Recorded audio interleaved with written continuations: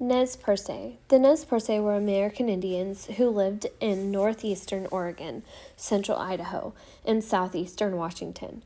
There they roamed peacefully with herds of prized horses. The tribes ate salmon, wild berries, and root plants. The Nez Perce treasured their relationship with nature. In the 1840s, white settlers began farming on the land of the Nez Perce. The United States government made treaties promising the Nez Perce certain lands while buying other land for settlers. By the 1870s, settlers and gold miners had persuaded the government to force the Nez Perce onto a reservation. Chief Joseph was the leader of the Nez Perce tribe in Oregon's Wallowa Valley during this time. Chief Joseph refused to go, so the government threatened to send soldiers to force him and his people.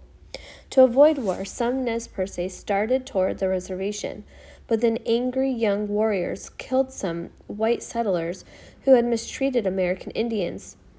Chief Joseph feared that the U.S. soldiers would now attack his tribe and decided to lead his people to safety in Canada. Soldiers chased Chief Joseph and several hundreds of his followers for more than 1,000 miles. The Nez Perce hid in mountains and canyons or deep, narrow valleys. Several times they fought off the soldiers.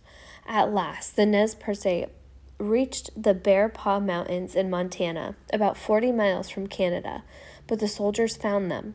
For 5 days, the Nez Perce fought bravely, with many dying. They were cold, hungry, and exhausted. Finally, Chief Joseph surrendered. "I am tired of fighting," Chief Joseph stated. "Our chiefs are killed. The old men are all dead. It is cold, and we have no blankets. The little children are freezing to death. My people, some of them, have run away to the hills and have no blankets, no food. I want to have time to look for my children and see how many of them I can find. Maybe I shall find them among the dead. Hear me, my chiefs. I am tired. My heart is sick and sad. From where the sun now stands, I will fight no more forever." U.S. Army leaders had promised that the Nez Perce could return to their home country. Instead, the soldiers took the Nez Perce to a reservation in far-off Oklahoma and Kansas. Many members of the tribe died from disease on the way there and once in their new home. Eventually, some of the Nez Perce were allowed to return to reservations in Idaho and Washington, but Chief Joseph and his people never lived in their beloved valley again.